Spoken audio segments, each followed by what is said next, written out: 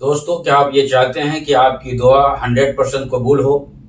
تو ایسی صورت میں آپ کو چاہیے کہ بزرگان دین کا جو طریقہ دعا کرنے کا ہے اس کو اختیار کیجیے۔ طریقہ یہ ہے کہ سب سے پہلے آپ اللہ تبارک و تعالیٰ کی تعریف کے یہ جملہ ارشاد فرمائیے، الحمدللہ رب العالمین الرحمن الرحیم مالک یوم الدین، یہاں تک۔ اس کے بعد پھر درود شریف پڑھیے، درود ابراہیم پڑھے تو زیادہ بہتر ہے۔ پھر اس کے بعد جو آپ کو دعا کرنی ہے اس درمیان میں آپ وہ دعا کیجیے، عاجزی کے ساتھ دعا کیجیے۔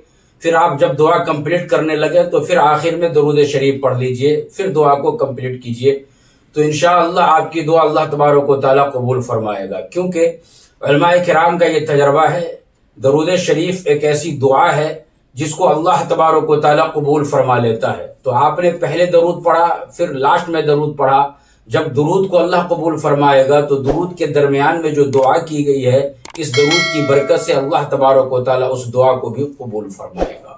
اللہ ہم سبوں کو توفیق عطا فرمائے۔